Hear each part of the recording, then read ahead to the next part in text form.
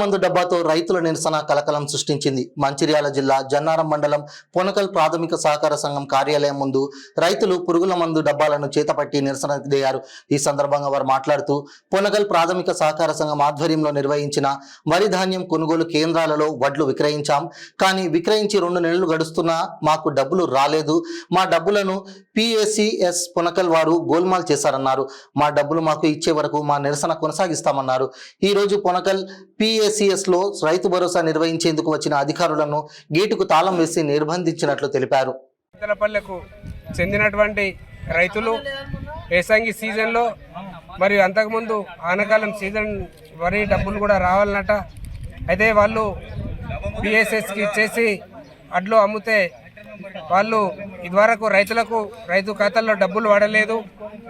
రైతులు వచ్చి అధికారులను అడిగితే అధికారులు నిర్లక్ష్య సమాధానం చెప్తూ రైతుల్ని చాలా ఇబ్బందులకు గురి చేస్తున్నారు. మొన్న 20 తారీఖు లాస్ట్ తారీఖు అని వచ్చేసి అధికారులను రైతులు నిలదీయడం వల్ల రైతులు కరెక్ట్ సమాధానాలు చెప్పలేక వాళ్ళని చాలా ఇబ్బందులకు పాలు చేస్తున్నారు.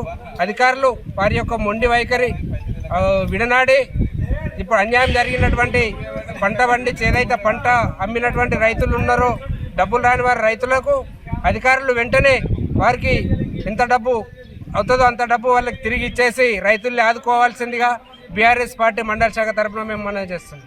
నా పేరు మొడబ కమలాకర్, నాది బాదంపల్లి. నేను ఒక రైతును. అయితే నాకు పండిన వడ్లను PACS సెంటర్లో పోసిన 4 ఎకరాల డబ్బులు అంటే 2,36,000 రూపాయలు. అవి నేను ఈ ప్రూఫ్స్ ఇచ్చిన దీంట్లో కొట్టమన్నా వాళ్ళు ఎవరో ఒక దాంట్లో కొట్టుకున్నారట. వాళ్ళు ఫ్రాడ్ చేసిండ్రు. మాకైతే డబ్బులు వల్లేదు ఇప్పటి వరకు. మరి ఈ డబ్బులు వల్లే సార్ అని నేను అడిగితే రేపు పడితే మా పడితే రేపు ఇట్లా కాలయాపన ఏర్పడలు కానీ ఇప్పటి వరకు డబ్బులు వల్లేదు. ఏం జరిగిందని గట్టిగా నిలదీసేసరికి మేము వాడుకున్నామని చెప్తున్నాం. మా డబ్బులు మాకు తిరిగి ఇవ్వాలని మేము కోరుతున్నాం. లేకపోతే ఈ సూసైడ్ చేసుకోవడానికైనా మేము సిద్ధమే. ఎందుకంటే 2,36,000 రూపాయలు అంటే మాకు రైతు కనుక ఇప్పుడు పెట్టుబడులు కావాలి, మేము కౌలుకి చేసినాం, అవన్నీ ఇవ్వాలి కనుక మాకు తగిన న్యాయం చేస్తారని మేము సొసైటీ ఆఫీస్ ముందు ధర్నా అందరి తరఫున